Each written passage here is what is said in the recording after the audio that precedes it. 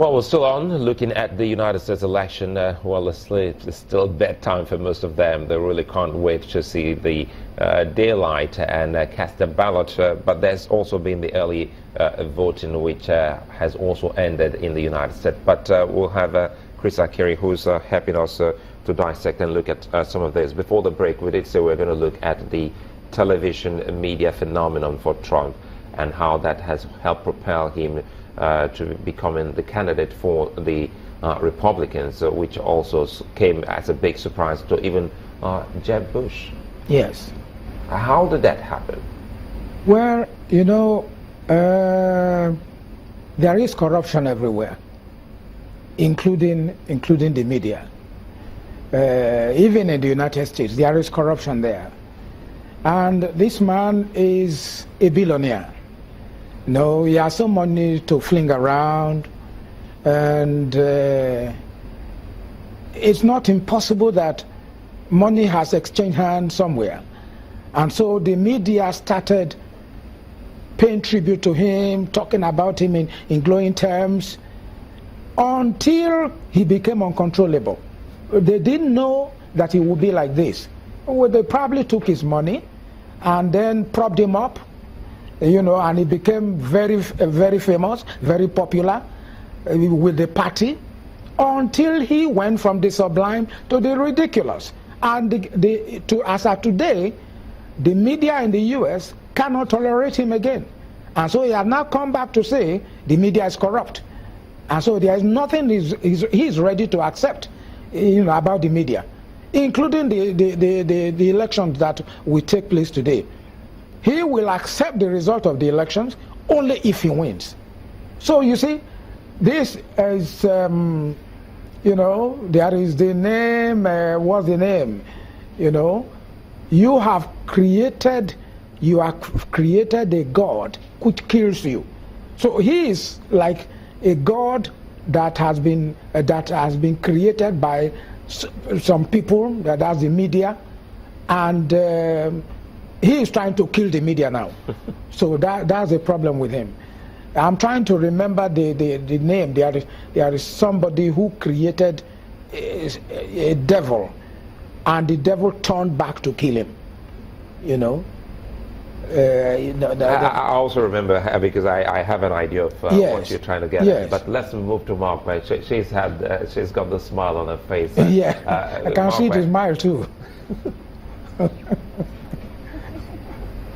It's good to see you, Mr. Akiri. You know, there's so many aspects to this U.S. election. Yes. I mean, we've touched briefly on the campaign and, you know, even the candidates themselves, the attitude of the people, of Americans. We're hearing that, you know, lots of them are not enthused about the candidates that they have, and there is some voter apathy to it. But then, you know, some people will say, left to Nigerians, perhaps Mrs. Clinton will be the winner by now. But you know, looking at what you've seen so far and the fact that you have this very narrow margin, in fact, they say that this is the most difficult to predict elections so far in American, well, one of the most difficult to predict in America's electoral history. How do you see it going at the end of the day? And what do you think is responsible for this very unclear line of victory? Because as it stands, we really cannot tell who is going to take it at the end of the day. One would say that, you know, Mr. Trump or Mrs. Clinton, they both have enough scandals to see them out of the race, but it would look that one is heavier than one, or maybe because I'm looking from the perspective of a woman. What do you think? The way I look at it, Mark, is that,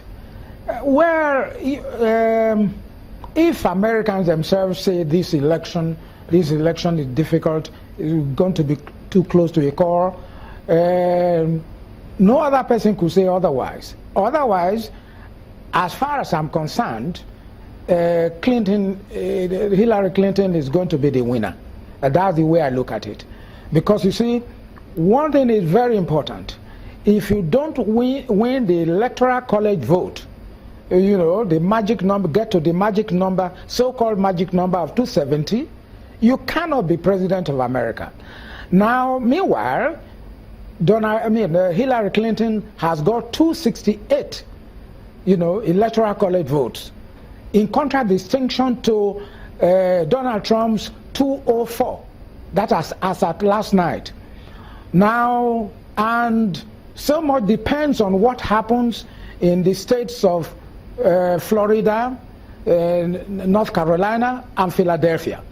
Now, if Clinton should win any of those states in Florida, North Carolina, or Philadelphia, she's going to get up to the magic number 270.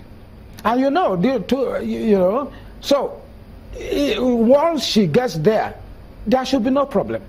And as far as popular votes are concerned, Clinton has 46%, in contradistinction to Donald Trump's 42. So both in popular votes and in the electoral college vote, Clinton is winning. What disturbed Clinton was this the electoral college. Definitely one area of the I can't hear you again. That quite a number of Nigerians find difficult to understand. I didn't hear that question. It was blurred. Please, could you repeat that question again, Maokwe? Okay, I was saying that, do you think we could talk a little more about the electoral college? Because there's one area of the American elections that we, do not quite comprehend, as it were. Okay. What exactly is the electoral college and how are they selected? Okay.